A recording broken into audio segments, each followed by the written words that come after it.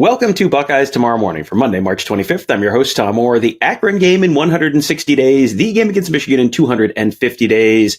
On Saturday, the Ohio State Buckeyes held their first scrimmage of the spring. It was closed to the media, closed to the public. But sometimes folks on the staff at BuckeyeHuddle.com hear some things, and sometimes there's some interesting information to come out, and so it's not always super detailed play-by-play information, but generally the folks who are there know what they're talking about, and so if they let you know something was interesting, it's generally pretty good information. I'm going to bring in Kevin Noon of BuckeyeHuddle.com.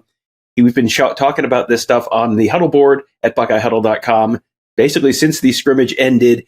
And Kevin, I guess let's start with the one position group on the defense where there are maybe some question marks this year and some turnover, the linebackers.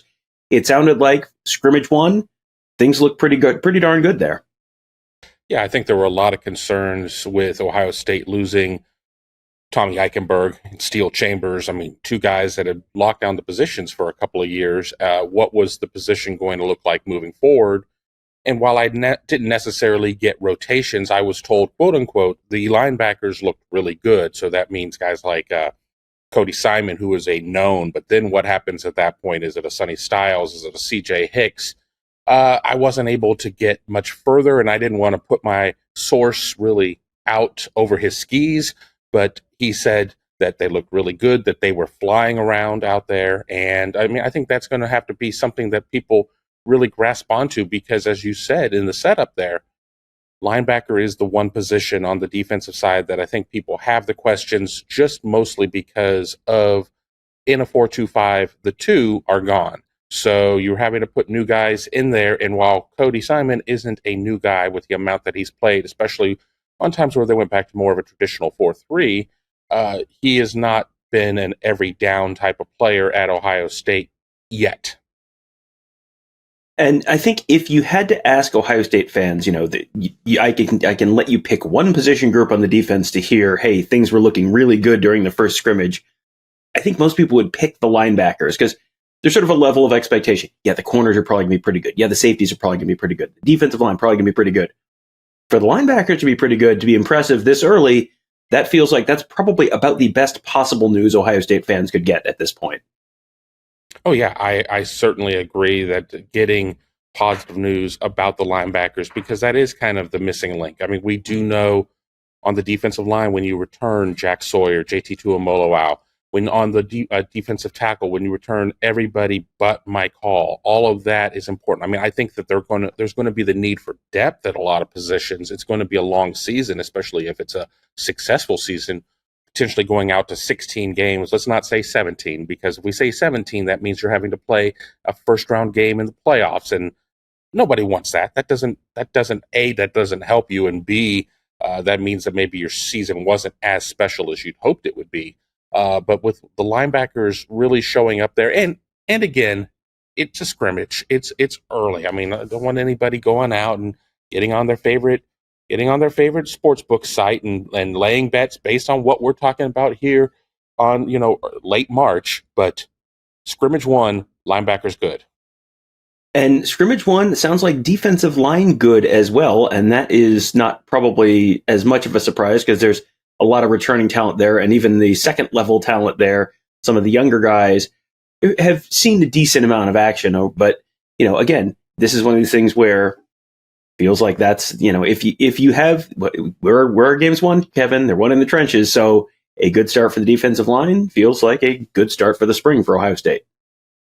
Well, I mean, everything kind of feeds into itself. If you get a good pass rush, that helps out your secondary. If your secondary is really good, then maybe you have a little bit more time for your defensive line to get home. If everything works together, I mean, that's what separates a good team from a great team and a great team from an excellent team. And Ohio State certainly has a chance to be an excellent team. I'll be very curious to see how Kenyatta Jackson, how Caden Curry, some of the, these twos on the at the end, how they look. I'll be curious if Tywone Malone has been able to really kind of take that next step. But the fact that they were getting after it is, it could be a catch-22. They're going to be the people out there that are the glass half empty guys who are going to say, well, that just means that the offensive line was no good.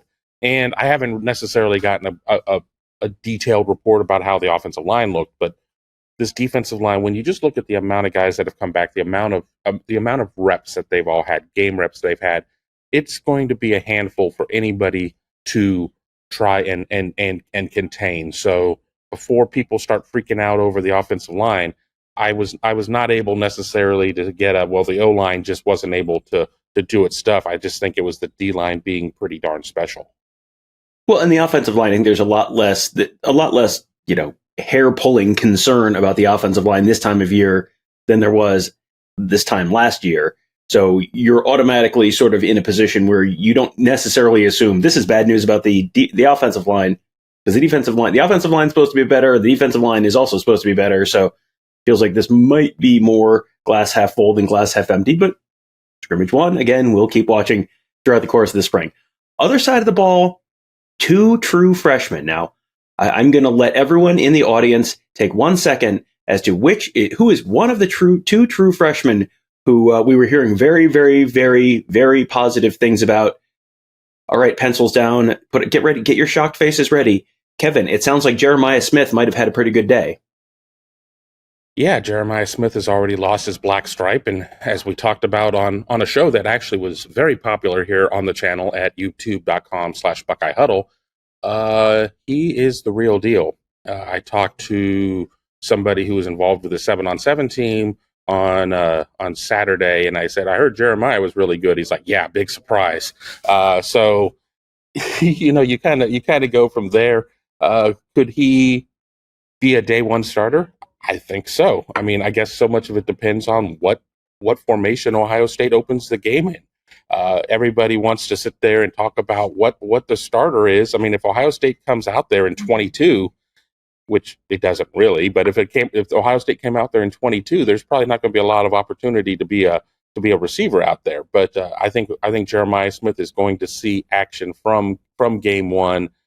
He has all the talent. He has all the skills. Oh, and by the way, he is a hard worker. He's got a lot of Marvin Harrison Jr. in him in terms of how much work he puts into his craft, because he knows that he has all of this God-given ability, but it doesn't mean anything if you don't go out there and develop it. So I hate saying this for a true freshman, but enjoy him while you got him. And I know that we got a 3-year count on him, but enjoy him while you got him, because this is going to be a short run with him.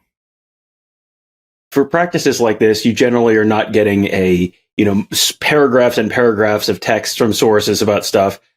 Tony Gerdeman said he just reported one word that he got from someone about Jeremiah Smith. That was, open quote, unbelievable, exclamation point, close quote. Sometimes you don't need very many words to say a lot of things. That this feels like one of those cases. Now, the first guy, okay, you probably figured out that this is going to be someone you're going to be hearing about. Second one was a little bit of an oh really kind of moment. Sure, you probably are thinking, hey, maybe they're going to talk about the transfer quarterback. And we are, but not the one you're probably thinking about. Because Will Howard came over from Kansas State, broadly considered to be, maybe the favorite or one of the favorites to win the starting job this fall. That was not the one that our folks got some reports on Saturday. Julian Sayin, true freshman. He's technically an Alabama transfer. He was at Alabama for about the amount of time it takes to get a pizza delivered, and then transferred up to Columbus after Nick Saban's retirement. And it sounds like Julian Sayin is making a very positive early impression. Yeah, and I could kind of touch base on several of the quarterbacks here, and it's not that Air Noland, because they're going to be forever linked. Air Noland and Julian Sayin as the 2 incoming true freshman quarterbacks at Ohio State, one via portal, one via the traditional method of how you obtain players. Sayin had just looked really good out there. I mean, he just seemed to be very confident. It didn't look like it was too big for him. I mean, again, playing over at the Woody versus playing at Ohio Stadium are two different things. Playing against your teammates versus playing against another team is another thing, but he looked really good. I was also told kind of on the side that it wasn't that Air Noland didn't look good out there, that they really like Air Noland. They think that Air Noland is progressing, but Julian Sayin just took a huge step here very early. I would expect that black stripe to probably be coming off in the next week, quite honestly. But when you are an Ohio State quarterback and you are throwing against the secondary that Ohio State has, those windows are smaller than any window you've ever gone against because, Ohio State, somebody told me, big if true, Ohio State has a pretty good secondary. So to shine as a quarterback, Ohio State is no small undertaking. Yeah, you've got pretty good wide receivers to work with, but also the guys on the other side of the field, pretty darn good at what they do as well. So, and Kevin, we live in an era of overreaction. And, as soon as you hear anything about true freshmen looking good, everyone says day one starter ? And I think, with Jeremiah Smith, I am like slowly and grudgingly coming along the line to like, this has gone from probably not to maybe to possibly to probably. So, okay, you've dragged me along with the Jeremiah Smith thing. Julian Sayin, true freshman quarterback. I know, early, exciting, good news, all of that kind of stuff. You're not starting a true freshman quarterback this year with as veteran a team as you have and with as many other veteran quarterback options as you have, are you?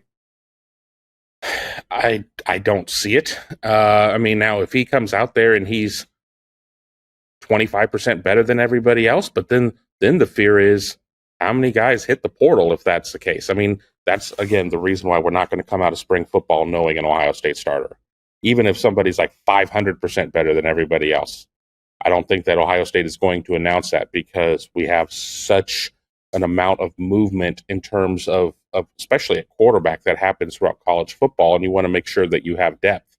Oh, Ohio State has 5 quarterbacks. Well, you want to figure out how Ohio State's going to have like 2 quarterbacks?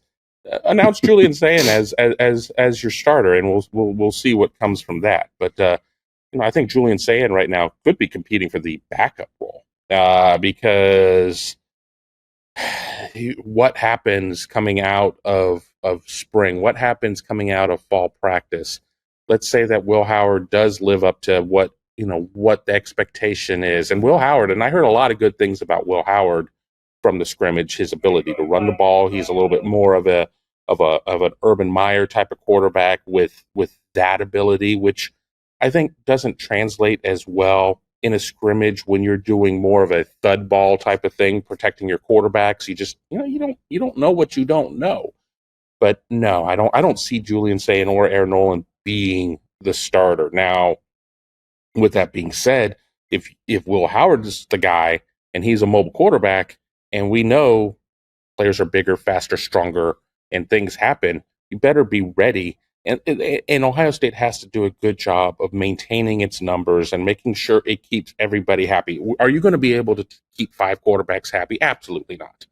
Do I expect there to be 5 quarterbacks, scholarship quarterbacks on Ohio State's roster for the Akron game in 160 days or whatever it was you said? No, I don't. I think that they lose 1, maybe 2. I don't know. But yeah, it's going to be fun. I'm looking forward to next weekend when we get to go and see the scrimmage for Student Appreciation Day. Unfortunately, that is not one of the best viewing events just based on the way that it's set up. But maybe we'll be able to corroborate some of the things we've heard. Yeah, we're looking forward to that. We're going to be back inside the Woody a bunch this week. Tuesday for interviews, Thursday for interviews again, and then Saturday for the scrimmage. And then we'll have another interview session after that. So a lot of stuff coming there, a lot of stuff coming in a whole bunch of other fronts right now with the Buckeyes in a whole bunch of other sports. As of the time we're recording this, they have not tipped off the women's game for the second round of the NCAA tournament. Women's hockey will play the national championship game a little later on Sunday afternoon. Men's basketball earned the right to play in the third round of the NIT that will happen on Tuesday night. As of the time we're recording this, we don't know where that's going to be, but we'll have a whole bunch of information about all of that stuff coming up for you a little later on this week at BuckeyeHuddle.com. And then, of course, plenty of football coverage as well. Make sure you're signed up there. We have, as I said, we talked about a bunch of this stuff and much more about that scrimmage, things that we learned, things that we're hearing, all that on the huddle board presented by Jeff Ruby Steakhouse. That is exclusive to our members.